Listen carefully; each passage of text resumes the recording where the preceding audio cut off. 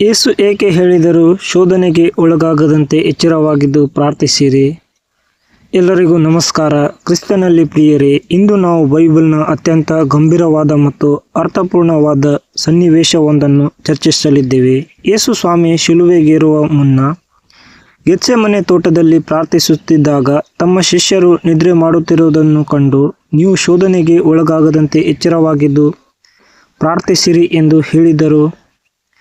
ಅವರು ನಿದ್ರೆ ಮಾಡಬೇಡಿ ಎಂದು ಏಕೆ ಹೇಳಿದರು? ಆ ಶೋಧನೆ ಇಂತಹದ್ದು. ಇಂದಿನ ನಮ್ಮ ಜೀವನಕ್ಕೆ ಈ ಮಾತು ಹೇಗೆ ಅನ್ವಯಿಸುತ್ತದೆ? ಬನ್ನಿ ಇಂದಿನ ಈ ವಿಡಿಯೋದಲ್ಲಿ ಇದರ ಆಳವಾದ ಅರ್ಥವನ್ನು ತಿಳಿಯೋಣ. ಐತಿಹಾಸಿಕ ಹಿನ್ನೆಲೆ. ಗೆತ್ಸೆಮನೆಯ ಆ ರಾತ್ರಿ ಘಟನೆ ನಡೆಯುವುದು ಯೇಸುವಿನ ಮರಣಕ್ಕೆ ಕೆಲವೇ ಗಂಟೆಗಳ ಮೊದಲು. ಯೇಸು ತಮ್ಮ ಶಿಷ್ಯರಾದ ಪೇತ್ರ, ಯಾಕೋಬ ಮತ್ತು ಯೋಹಾನರನ್ನು ಕರೆದುಕೊಂಡು ಪ್ರಾರ್ಥಿಸಲು ಹೋಗುತ್ತಾರೆ. ಯೇಸುವಿನ ಮನಸ್ಸು ಮರಣದ ವೇದನೆಯಿಂದ ತುಂಬಿತ್ತು. ಅವರು ದೇವರಿಗೆ ತಮ್ಮನ್ನು ಒಪ್ಪಿಸಿಕೊಡುತ್ತಿದ್ದರು. ಆದರೆ ಅವರ ಅತ್ಯಂತ ಆಪ್ತ ಶಿಷ್ಯರು ಆ ಸಮಯದಲ್ಲಿ ನಿದ್ರೆಗೆ ಶರಣಾಗಿದ್ದರು. ಯೇಸು ಏಕಾಂಗಿಯಾಗಿ ಹೋರಾಡುತ್ತಿದ್ದರು. ಶಿಷ್ಯರ ಸ್ಥಿತಿ, ಅವರು ದುಃಖದಿಂದ ದಣಿದಿದ್ದರು ಮತ್ತು ಮೈಮರೆತಿದ್ದರು. ಯೇಸುವಿನ ಎಚ್ಚರಿಕೆ, 1 ತಾಸಾದರೂ ನನ್ನೊಡನೆ ಎಚ್ಚರವಿರಲಾರರೋ ಎಂಬ ಅವರ ಪ್ರಶ್ನೆ ಶಿಷ್ಯರ ಅಸಹಾಯಕತೆಯನ್ನು ತೋರಿಸುತ್ತದೆ. ಶೋಧನೆ ಎಂದರೇನು? ಯೇಸು ಇಲ್ಲಿ ಹೇಳುತ್ತಿರುವ ಶೋಧನೆ ಕೇವಲ ಸಾಮಾನ್ಯ ತಪ್ಪುಗಳಲ್ಲ. ಇಲ್ಲಿ 2 ಮುಖ್ಯ ಅಂಶಗಳಿವೆ. 1. ನಂಬಿಕೆಯ ಪರೀಕ್ಷೆ. ಯೇಸುವನ್ನು ಬಂಧಿಸಿದಾಗ ಶಿಷ್ಯರು ಓಡಿ ಹೋಗುವ ಅಪಾಯವಿತ್ತು.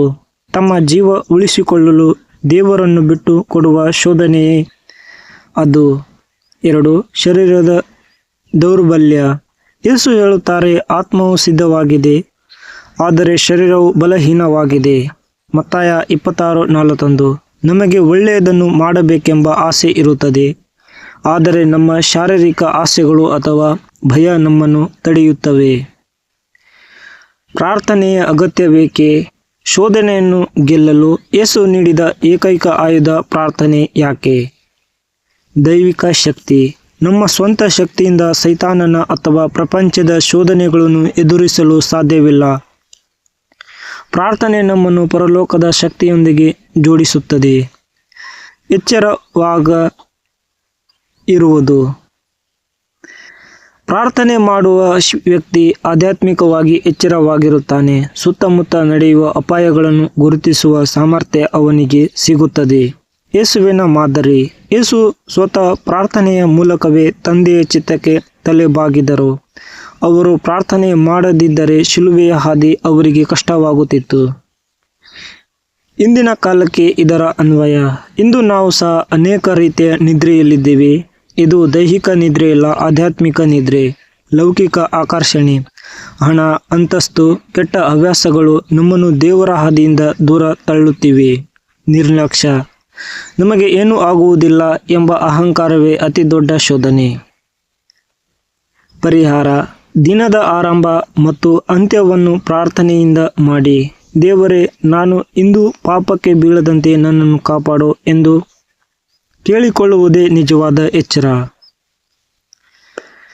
ಕೊನೆಯದಾಗಿ, ಶಿಷ್ಯರು ಅಂದು ನಿದ್ರೆ ಮಾಡದಿದ್ದರಿಂದಲೇ ಯೇಸು ಬಂಧಿಯಾದಾಗ ಅವರೆಲ್ಲರೂ ಹೆದರಿ ಓಡಿ ಹೋದರು. ಪೇತ್ರನು ಯೇಸುವನ್ನು 3 ಬಾರಿ ಅರಿಯೆ ಎಂದು ಹೇಳಿದನು. ನಾವು ಅಂತಹ ಸ್ಥಿತಿಗೆ ತಲುಪಬಾರದು ಎಂದರೆ ಈಗಲೇ ಎಚ್ಚರಗೊಳ್ಳೋಣ. ನಮ್ಮ ಶರೀರದ ದೌರ್ಬಲ್ಯವನ್ನು ಪ್ರಾರ್ಥನೆಯ ಮೂಲಕ ಜಯಿಸೋಣ. ಪರಲೋಕದ ತಂದೆಯೇ, ನಮಗೆ ಶೋಧನೆಗಳನ್ನು ಎದುರಿಸುವ ಶಕ್ತಿ ನೀಡು. ನಾವು ಆಧ್ಯಾತ್ಮಿಕವಾಗಿ ನಿದ್ರೆ ಮಾಡದೆ ನಿನ್ನ ವಾಕ್ಯದಲ್ಲಿ ಎಚ್ಚರವಾಗಿರುವಂತೆ ಸಹಾಯ ಮಾಡು. ಆಮೇನ್. ಈ ವಿಡಿಯೋ ನಿಮಗೆ ಇಷ್ಟವಾದರೆ ಲೈಕ್ ಮಾಡಿ, ನಿಮ್ಮ ಆತ್ಮೀಯರೊಂದಿಗೆ ಹಂಚಿಕೊಳ್ಳಿ. ಇಂತಹ